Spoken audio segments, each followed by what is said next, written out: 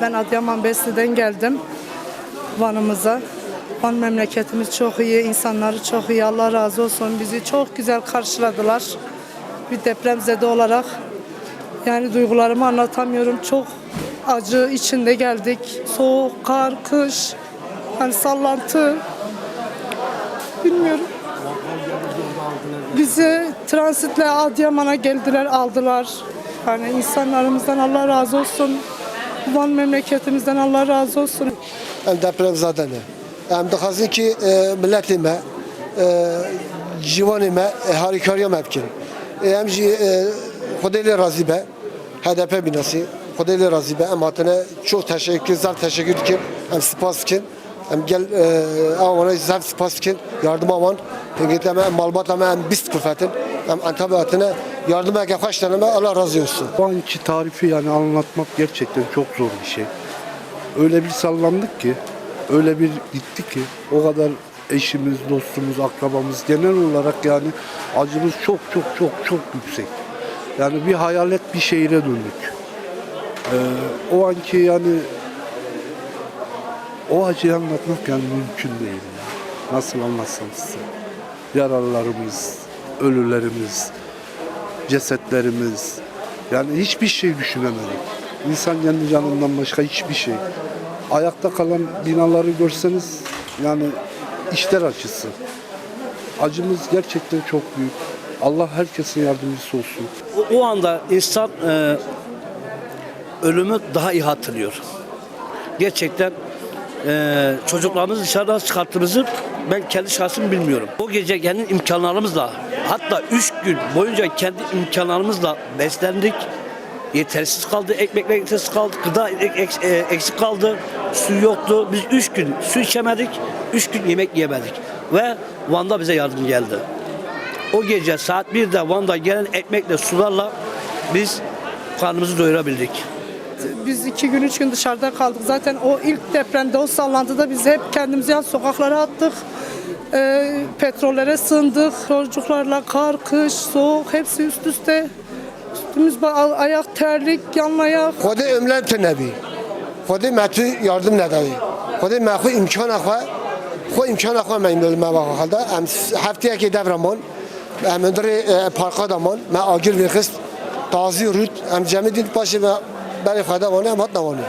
Genel olarak biz tam ortada olduğumuz için yardımlar biraz aksadı.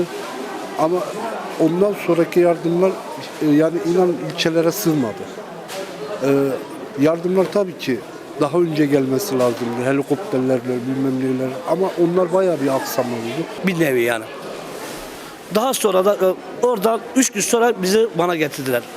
Ve Van'a geldiğimizde bize bir insan 6 tane dairesini ayırdı. 9 aileyle geldim ben. 9 aile o 6 daireye yerleştik. Sıfırdan. Daha daireler yeni yapılmış. Van halkı 9 daireyi iğneden ipliğe ne gerekiyorsa, insanlar için ne gerekiyorsa o evleri düzdüler. Yani genellikle halk. Tabii toplu kuruluşlar da var. Sivil toplumlar da var. Belediyeler de var. Bunların içinde belediyeler de var. Bunun içinde partiler de var. Genellikle bize en çok ulaşan partiler içine HDP oldu. Geldiler oraya. Gençlik kolları geldi. İlçe şeyleri geldi, teşkilatları geldi. Bize yardımcı oldular. İğneden iple. Neyimiz eksikse Allah razı olsun. Bir daire değil. 9 aile iyileştirdiler ve 9 aileyi doyuracak şekilde gıda, giyim, beyaz eşya, ne anlatılıyorsa, bir eve ne lazımsa, bir insan, bir aile nasıl yaşamak isteniyorsa o şekil bize daireler düzdüler, bize verdiler. Arama kurtarma, sağ kalan insanlarımıza yardımcı olmak, su, gider. Yani insanlar için değil, çocuklar için. Çocuklarımız saat 11'e kadar aç kaldı. Cizre'den yardım geldi. Saat 10 gibi.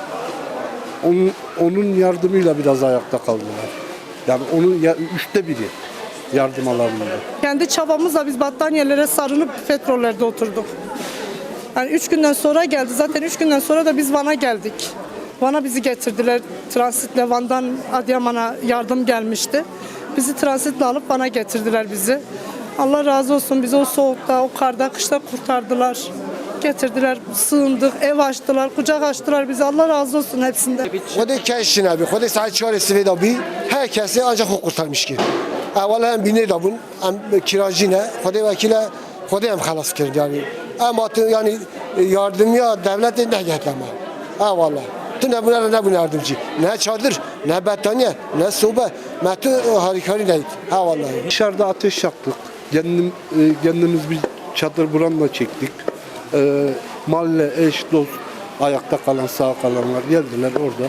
Hep beraber ateş yakıp birbirimize sarılarak sabahladık.